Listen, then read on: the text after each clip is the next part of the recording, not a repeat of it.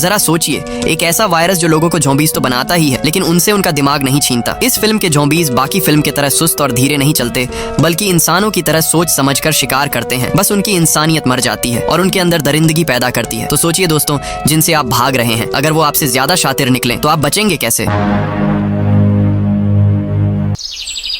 कहानी की शुरुआत होती है ताइवान के ताइपे शहर के एक शांत अपार्टमेंट से, जहां ठीक बिल्कुल मेरी ही तरह हम एक बेरोजगार लड़के जिम को देखते हैं, जिसके साथ उसकी पत्नी कैट है, जो अभी अभी सोकर उठे हैं। कैट ही है जो फिलहाल अकेले घर की सारी जिम्मेदारियां उठा रही हैं। कैट जिम को जल्दी तैयार होने और उसे मेट्रो स्टेशन तक छोड़ने के लिए कहती है, क्योंकि आज उसे ऑफिस की एक बहुत जरूरी मीटिंग के लिए जाना है। कैट अपनी मेहनत और छुट्टियों को लेकर जिम को याद दिलाती है और कहती है कि उसे ज्यादा काम इसलिए करना पड़ रहा है ताकि अगले हफ्ते वो अपनी छुट्टियां ले सके और वो दोनों साथ में कहीं बाहर घूमने जा सकें, क्योंकि उनका ये प्लान काफी समय से पेंडिंग था। लेकिन तभी जिम एक ऐसी बात कहता है जिससे माहौल थोड़ा बिगड़ जाता है। जिम बताता है कि उसे एक जर्मन कंपनी में फोटोग्राफी का ऑफर मिला है और उसे खुद नहीं पता कि क्या वो अगले हफ्ते अपने वादे के मुताबिक छुट्टियों पर जा पाएगा या नहीं। फिर क्या? कैट ये सुनकर नाराज हो जाती है, क्योंकि उसने साल में एक बार मिलने वाली छुट्टियों के लिए बहुत मेहनत की थी। जिम अपनी गलती महसूस करता है और उसे मनाते हुए कहता है कि वो अपने दोस्त से बात करके इस काम के शेड्यूल को आगे बढ़ाने की कोशिश करेगा। लेकिन कैट उससे रूठ कर फ्रेश होने के लिए चली जाती है। दरअसल जिम काफी समय से निठल्ला होकर बैठा है और फिलहाल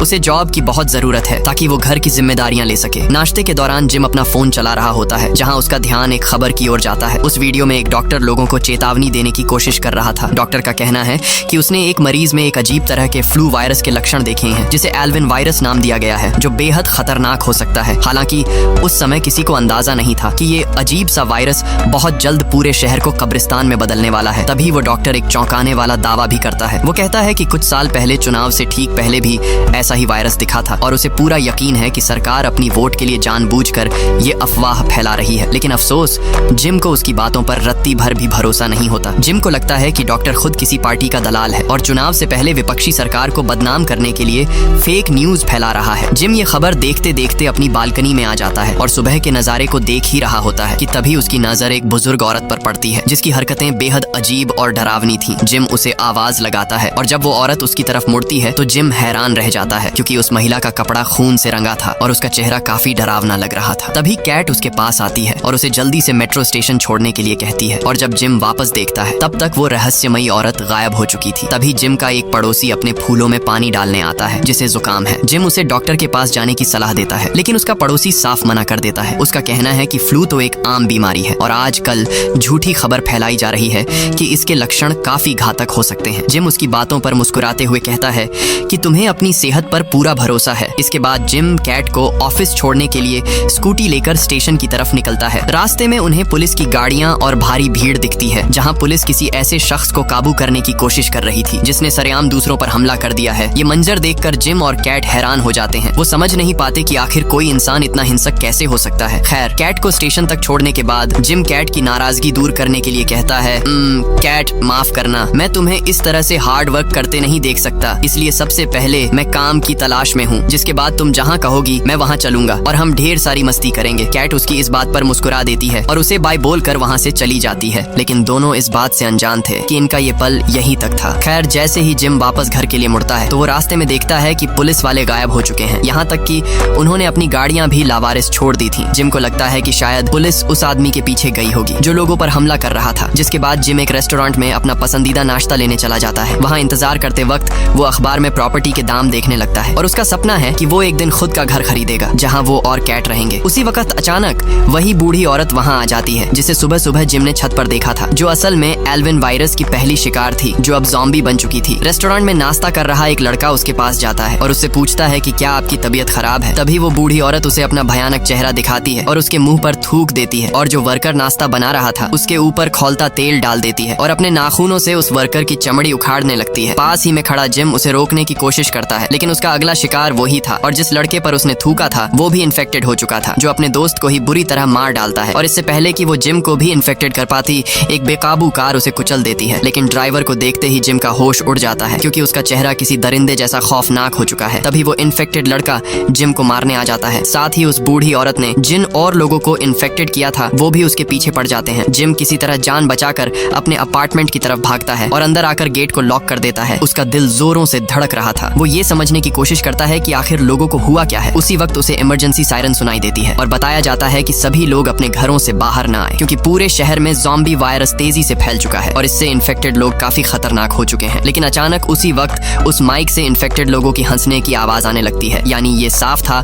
कि वाकई ये वायरस काफी तेजी से फैल रहा है। जिम समझ जाता है कि सुबह उसने जो खबर देखी थी वो झूठ नहीं थी और अब उसे कैट की फिक्र होने लगती है, जिसे वो तुरंत कॉल मैसेज करने लगता है ताकि उसका हाल जान सके। लेकिन तभी पीछे से उसका वही पड़ोसी उसके ऊपर हमला कर देता है, जिसे जुकाम हुआ था, जो कि असल में वायरस से इन्फेक्टेड होने का साइन था। उसका पड़ोसी पौधे काटने वाली कैंची लेकर जिम पर हमला कर देता है, लेकिन जिम संभल पाता उससे पहले ही उस कैंची की चपेट में आने से उसके हाथ की 2 उंगलियां कट जाती हैं। उसका पड़ोसी, जो अब ज़ॉम्बी बन चुका है, जिम की उंगलियों को उठाकर उसके सामने ही खा जाता है और कैट के बारे में गंदी बातें करता है। यानी ये भी साफ था कि ये वायरस लोगों की याददाश्त नहीं छीनता, जो इन्हें और खतरनाक बना देता है। जिम मौका देखकर उसके सर पर हमला करता है, जिससे वो बेहोश हो जाता है। जिसके बाद जिम दर्द से तड़पता हुआ अपार्टमेंट से भाग जाता है, लेकिन बाहर का नजारा किसी नरक से कम नहीं था। वायरस हवा की तरह फैल चुका है। लोग मर नहीं रहे, बल्कि पागलों की तरह एक दूसरे पर हमला कर रहे हैं। वो चीख रहे हैं, हंस रहे हैं और कत्लेआम का मजा ले रहे हैं। ये नजारा देखकर जिम अपनी जान बचाने के लिए अपनी स्कूटी की तरफ भागता है, लेकिन स्कूटी की आवाज सुनकर दर्जनों ज़ॉम्बीज की नजर जिम पर पड़ जाती है। अब जिम अकेला है और उसके पीछे भूखे ज़ॉम्बीज का पूरा झुंड पड़ा है। सीन अब कैट की तरफ शिफ्ट होता है, जो कि बाहरी दुनिया की तबाही से पूरी तरह अनजान होकर शांति से बुक पढ़ रही होती है। उसी के बगल में एक बहुत बड़ा बिजनेसमैन भी बैठा होता है, जिसे हम लीन कह सकते हैं, जो कैट की खूबसूरती देखकर उसे छेड़ने की कोशिश करता है और उससे पूछता है कि तुम क्या पढ़ रही हो। कैट बताती है कि वो नोवेल पढ़ रही है, लेकिन लीन कहता है कि मेट्रो में कोई बुक नहीं पढ़ रहा, सब अपने अपने फोन में व्यस्त है। कैट कहती है आप सही कह रहे हैं, लेकिन धीरे धीरे उसकी हरकतें कैट को बहुत परेशान करती हैं। वो कैट से कहता है कि तुम बहुत खूबसूरत हो। पहले तो कैट उसकी बातों को नजरअंदाज करती है, लेकिन जब लीन उसे टच करने लगता है तब उसका सब्र टूट जाता है और वो उससे कहती है कि वो चुपचाप बैठे, वरना वो उसके ऊपर हैरेसमेंट का केस कर देगी। लीन इस बात से उदास हो जाता है और कहता है कि वो तो बस उसकी तारीफ कर रहा था, लेकिन दोस्तों असल में उसकी नीयत में खोट था। इसके बाद मेट्रो अगले स्टेशन पर रुकती है, जहाँ एक चश्मा पहना आदमी चढ़ता है। वही कैट उस ठरकी से जान बचाने के लिए अपनी सीट एक भारी भरकम लड़की मॉली को दे देती है। लीन को मॉली में कोई दिलचस्पी नहीं है, इसलिए वो चुपचाप बैठकर अपनी किस्मत को कोसने लगता है। मेट्रो में सभी लोग अपनी अपनी धुन में थे। वही वो चश्मा पहना आदमी अब अजीब बर्ताव करने लगता है और अचानक चाकू निकालकर अपने पास खड़े एक लड़के को मार देता है और पागलों की तरह सभी लोगों पर भी टूट पड़ता है और कई लोगों को मार डालता है, जो कि असल में एल्विन वायरस का शिकार हो चुका है। लीन तो डर कर भागने भी लगता है। वहीं मेट्रो में मौजूद कुछ आदमी हिम्मत दिखाते हैं और हमला करने वाले उस आदमी को दबोच लेते हैं। सबको लग रहा था कि अब सब कुछ काबू में आ चुका है, लेकिन ऐसा बिल्कुल भी नहीं था, क्योंकि एल्विन वायरस बिजली की तरह फैलता है, जिससे कुछ और लोग भी इन्फेक्टेड होकर हमला शुरू कर देते हैं। वही कुछ ज़ॉम्बीज लड़कियों के साथ बदसलूकी भी करने लग जाते हैं और अब बदतमीज लीन भी ज़ॉम्बी बन चुका है, जो सबसे पहले मॉली पर हमला करता है और उसकी एक आंख फोड़ देता है। और अब उसका अगला शिकार कैट है। लेकिन जैसे ही मेट्रो स्टेशन पर रुकती है, भगदड़ मच जाती है। लोग पागलों की तरह बाहर भागते हैं, लेकिन कैट समझदारी दिखाती है। उसे डर है कि भीड़ में इन्फेक्टेड लोग छिपे हो सकते हैं, इसलिए वो मॉली को लेकर दूसरी तरफ निकल जाती है। लेकिन उसकी किस्मत कहाँ अच्छी थी। ज़ॉम्बी बन चुका लीन अभी भी कैट का पीछा नहीं छोड़ रहा। कैट मॉली को लेकर तुरंत एग्जिट गेट की तरफ भागती है, लेकिन रास्ते में वो एक जिम बॉय से टकरा जाती है। जिम बॉय कुछ समझ पाता तभी वहाँ लीन पहुंच जाता है। उस जिम बॉय को लगता है कि लीन कोई मामूली गुंडा है जो लड़कियों को परेशान कर रहा है। जिम बॉय अपनी ताकत दिखाता है और उसे एक गुस्सा लगता है, लेकिन लीन उस जिम बॉय की नाक काट लेता है और इमरजेंसी एक्स से कुल्हाड़ी निकाल उसे बेरहमी से मार देता है। ये मंजर इतना खौफनाक था कि कैट और मॉली की रूह कांप जाती है। वो जान बचाकर एग्जिट गेट की तरफ भागती है और सामने खड़े एक आदमी से मदद मांगती है, लेकिन वो आदमी मदद करने के बजाय दरवाजा बंद करने लगता है। लेकिन किसी तरह गिरते पड़ते वो दोनों बाहर निकलने में कामयाब होती हैं। जहां मॉली का गुस्सा 7वें आसमान पर है और वो उस आदमी को पीटना शुरू कर देती है जिसने दरवाजा बंद किया था, जिसका नाम केविन था। केविन अपनी सफाई देते हुए कहता है कि उसे लगा दोनों ज़ॉम्बीज बन चुकी हैं और उस पर हमला करने आ रही हैं, जिसके बाद केविन उन्हें पास के एक अस्पताल में चलने की सलाह देता है ताकि मॉली के जख्मों का इलाज हो सके। पर ये तीनों इस बात से अनजान हैं कि लीन ने उनकी बातें सुन ली हैं। दूसरी तरफ जिम, जो शहर की हालत देखकर दंग है, क्योंकि चारों तरफ लाशों का ढेर पड़ा था। तभी लड़कियों के साथ घिनौनी हरकत कर रहा एक ज़ॉम्बी उसे देख लेता है। जिम खुद को बचाने के लिए पहाड़ों की तरफ निकल जाता है, लेकिन आगे का रास्ता ब्लॉक पड़ा हुआ था। जिम एक दूसरे रास्ते से आगे बढ़ता है, लेकिन उंगलियों का दर्द की वजह से थोड़ा आगे जाकर वो रुक जाता है और अपने चोट पर टेप लपेटता है ताकि खून रुक सके। उसे वहाँ पर एक बड़ा छुरा भी मिलता है, जिसे वो हथियार बना लेता है। तभी उसे कुछ अजीब आवाजें आती हैं। जिम जब करीब जाकर देखता है तो उसके रोंगटे खड़े हो जाते हैं। वहाँ कुछ ज़ॉम्बीज बच्चे एक इंसान को बुरी तरह टॉर्चर कर रहे होते हैं। जिम से ये देखा नहीं जाता और वो अपनी जान जोखिम में डालकर उन ज़ॉम्बीज बच्चों से लड़ता है, जिसके बाद वो चारों ज़ॉम्बीज बच्चे वहाँ से भाग जाते हैं। लेकिन अफसोस, जिस आदमी को उसने बचाया है वो भी ज़ॉम्बी बन चुका था। तभी वो बच्चे दोबारा आकर एक साथ उस पे हमला कर देते हैं और जिम जैसे तैसे अपनी जान बचाकर वहाँ से भाग जाता है। इधर अस्पताल के अंदर सन्नाटा है और मॉली का इलाज चल रहा है। तभी कैट को एहसास होता है कि उसका फोन रास्ते में ही गिर गया है, इसीलिए वो केविन का फोन मांगकर जिम को कॉल करती है, पर जिम भाग दौड़ में फोन नहीं उठाता। तभी टीवी पर राष्ट्रपति लाइव आते हैं। राष्ट्रपति बताते हैं कि अब तक इस वायरस से 45 लाख लोग मारे जा चुके हैं और वो कुछ शहरों को पूरी तरह आइसोलेट करने की बात करते हैं। लेकिन तभी स्क्रीन पर कुछ ऐसा होता है जिसे देखकर पूरी दुनिया कांप उठती है, क्योंकि जनरल जो कुछ देर पहले ही इन्फेक्टेड हो चुका था अचानक अपने असली रूप में आता है और सीधे राष्ट्रपति के मुंह में ग्रेनेड डाल देता है, जिसके बाद लाइव टीवी पर धमाका होता है और सिग्नल कट जाता है। इस खौफनाक मंजर को देखकर अस्पताल में मौजूद लोगों के अंदर का डर पागलपन में बदल जाता है। लोग छोटी छोटी बातों पर एक दूसरे से लड़ने और मरने मारने पर उतारू हो जाते हैं। इंसानियत पूरी तरह खत्म हो चुकी है और इसी अफरा तफरी के बीच अस्पताल के गेट पर लीन अपने साथ ज़ॉम्बीज़ का एक बड़ी फौज लेकर पहुंच जाता है। लीन जो अभी भी कैट की खूबसूरती पर फिदा था और उसके साथ बदसलूकी करना चाहता था, उसे ढूंढते हुए मॉली के पास पहुंच जाता है। मॉली अपने जख्मों की वजह से लाचार है और हिल भी नहीं सकती। वहाँ लीन उसके साथ जो दरिंदगी करता है वो काफी शर्मनाक था। दूसरी तरफ केविन किसी मसीहा की तरह लड़ने के बजाय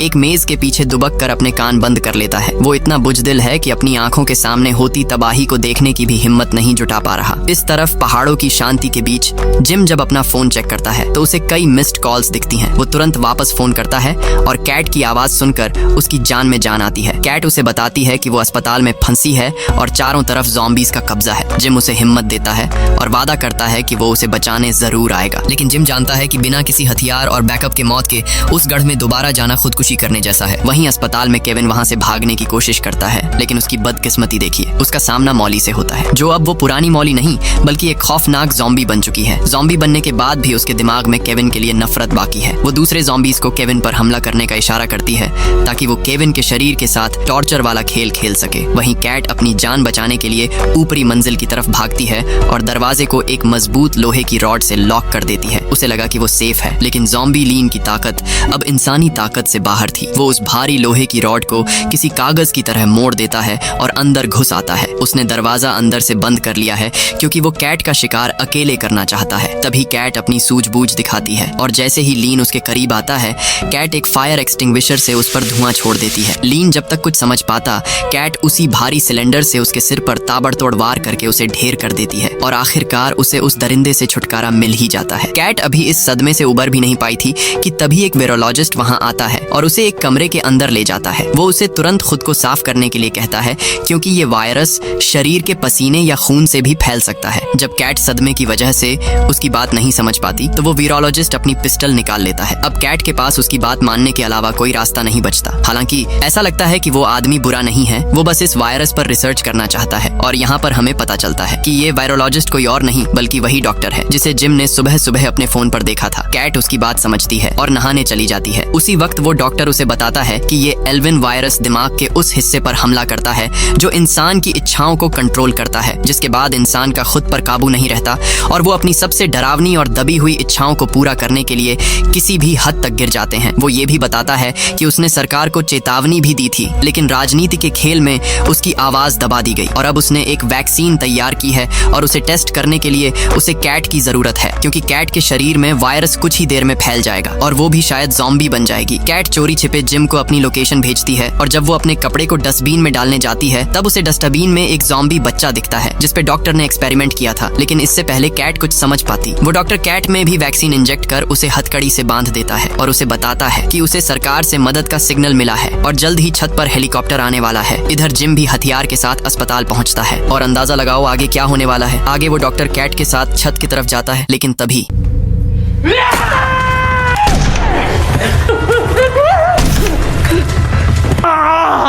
बेचारी कैट घायल डॉक्टर को जैसे तैसे छत की ओर ले जाती है, लेकिन तभी आगे उनके सामने